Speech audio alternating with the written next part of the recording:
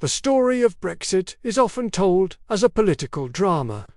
Campaigns, slogans, emotional speeches, promises of taking back control. But beneath all of that, there is a quieter story that rarely makes it into public discussions. It is the economic story, the story of what Brexit has really cost Britain, not in political slogans or tribal debates, but in numbers, data, and consequences that unfolded slowly over the years. This is the story of a decision that reshaped the British economy in ways most people never expected. To understand the real cost of Brexit, we must go back to 2016. In the days immediately after the referendum, something dramatic happened. The British pound fell by more than 10% overnight, hitting its lowest level in 31 years. For most people, this seemed like a temporary shock, a normal market reaction. But economists warned that a weaker pound is not just a currency story. It affects everything Britain imports, from food and medicine to electronics and fuel. Over the next 2 years, the fall in the pound alone contributed to rising prices in British shops. The Bank of England estimated that by 2019, the average British household was paying about £870 more per year because of post-referendum inflation. This wasn't theory, this was real money leaving people's wallets. At the same time, businesses across the country found themselves in a strange waiting game. Companies didn't know what kind of trade rules Britain would have. They didn't know if they would face tariffs, border checks, or new bureaucratic hurdles. Investment began to slow dramatically. Before the referendum, business investment in the UK had been growing steadily for years. After 2016, that growth stalled and then went into reverse. By 2023, the Office for Budget Responsibility estimated that Brexit caused business investment to fall by around 25% compared to where it would have been for an economy like Britain's, which depends heavily on global trade and foreign investment. This was a major shock. When the trade deal finally came into effect in 2021, many thought the uncertainty was over. But the reality was just beginning.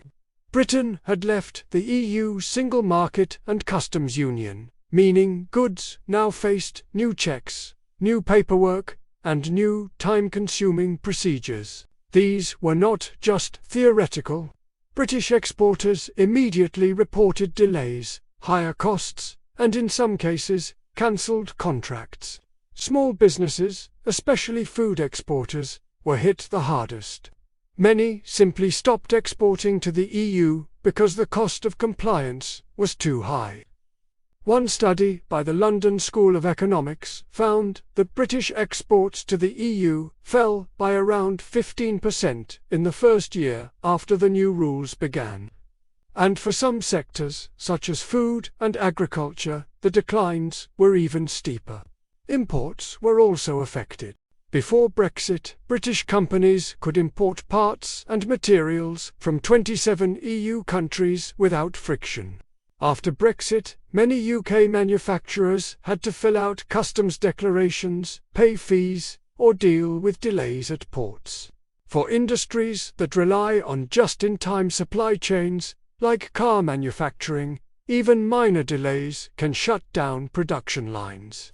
In 2022, the UK automotive sector produced nearly 40% fewer vehicles compared to 2016, although global factors also played a role.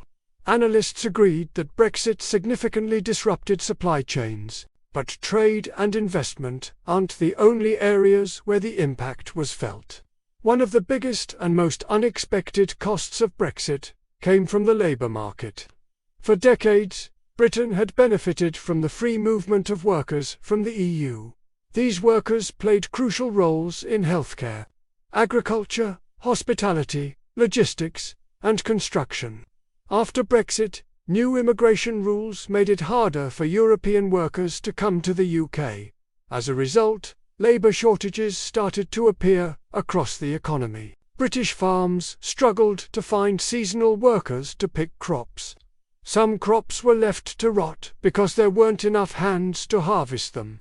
The hospitality sector faced staffing shortages that forced some businesses to reduce opening hours. The NHS and social care system experienced even more pressure, as thousands of EU staff left and fewer arrived to replace them. By 2023, the UK had one of the highest job vacancy rates in its history. Businesses tried to fill roles with domestic workers, but in many industries, that simply wasn't possible. These shortages pushed wages up for some jobs, which sounds positive on the surface. But for businesses already struggling with higher costs, it added another layer of pressure. Another unexpected cost was the effect on small businesses.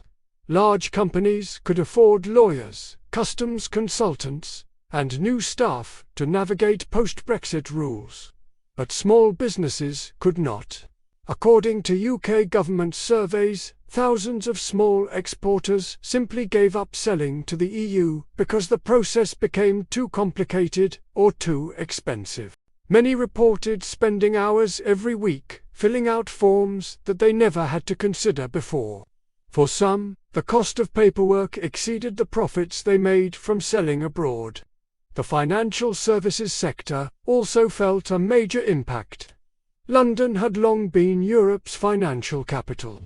But after Brexit, banks and trading firms moved an estimated £1 trillion worth of assets out of the UK to EU countries in order to keep operating within EU regulations. More than 7,000 finance jobs moved to cities like Dublin, Paris, and Frankfurt. London remains a major global financial centre, but its dominance in Europe has unquestionably weakened. The UK government has argued that Brexit would give Britain the freedom to make its own regulations and sign new trade deals. And it has signed deals, including agreements with Australia, New Zealand, and Japan. But economists note that these deals replace only a small portion of the trade lost with the EU, which was and still is Britain's largest trading partner. Government forecasts released in 2022 estimated that Brexit will reduce the UK's long-term GDP by about 4%. To put that in perspective, that is roughly equivalent to permanently losing the entire economic output of Wales. This is not a collapse, but it is a significant long-term reduction in national income. Another cost of Brexit, rarely mentioned in everyday conversation, is inflation. Studies from the London School of Economics found that new trade barriers caused food prices in the UK to rise about 6% more than they would have otherwise. For a country already struggling with cost of living pressures, this added to the strain on households. British consumers were paying more for the same goods, not because of global events alone, but because of the new barriers created by Brexit. However, the story of Brexit is not just about costs. It is also about the long-term choices Britain now faces.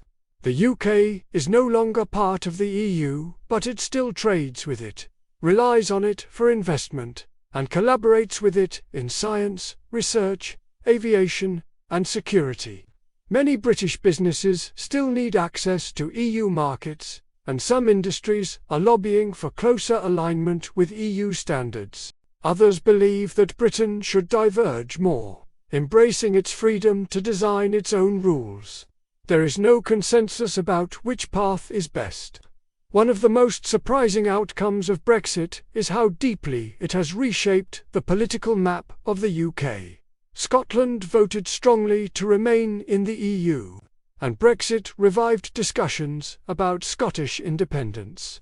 Northern Ireland, which shares a land border with the Republic of Ireland, faced particularly complex challenges. The Northern Ireland Protocol attempted to avoid a hard border, but it created new trade barriers between Northern Ireland and the rest of the UK. This sparked political tensions and economic uncertainty that continue to this day. As we look back over the 7 years since the referendum, one thing becomes clear.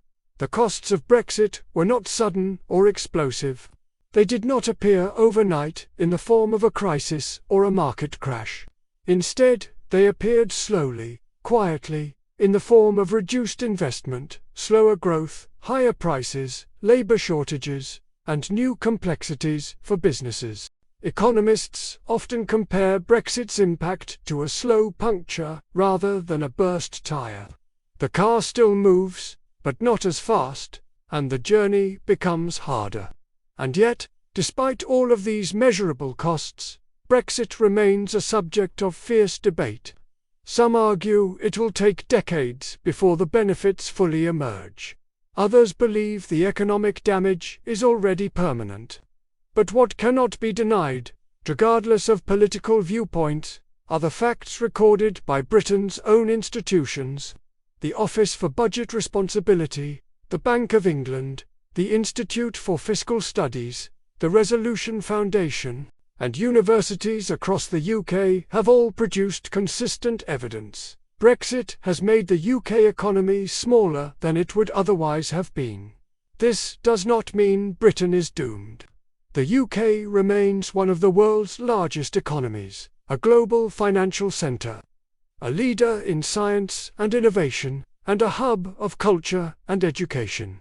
But every major economic decision comes with a price, and the price of Brexit is becoming clearer with every passing year.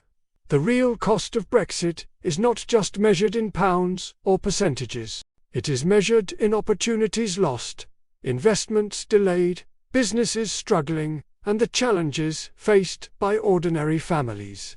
It is measured in the silent, invisible drag on the economy that most people feel without realizing it. For many, the cost was never what they voted for or expected. And that is why this story matters. Not to reopen old wounds or ignite political arguments, but to understand the true economic reality of one of the most significant decisions in modern British history. As Britain moves forward, the choices it makes now will determine whether the long-term effects of Brexit remain a permanent burden or gradually fade into the background. New policies, new investments, and new relationships could reshape the economic landscape again. The story is not over. But the facts so far paint a clear picture of what Brexit has already cost. If you found this story valuable and want to explore more hidden chapters of Britain's economic history, make sure to like this video, share it with others, and subscribe to British Economic Archives. Your support helps us bring more factual, engaging, and deeply researched stories to life. Until the next episode, thank you for watching, and see you soon.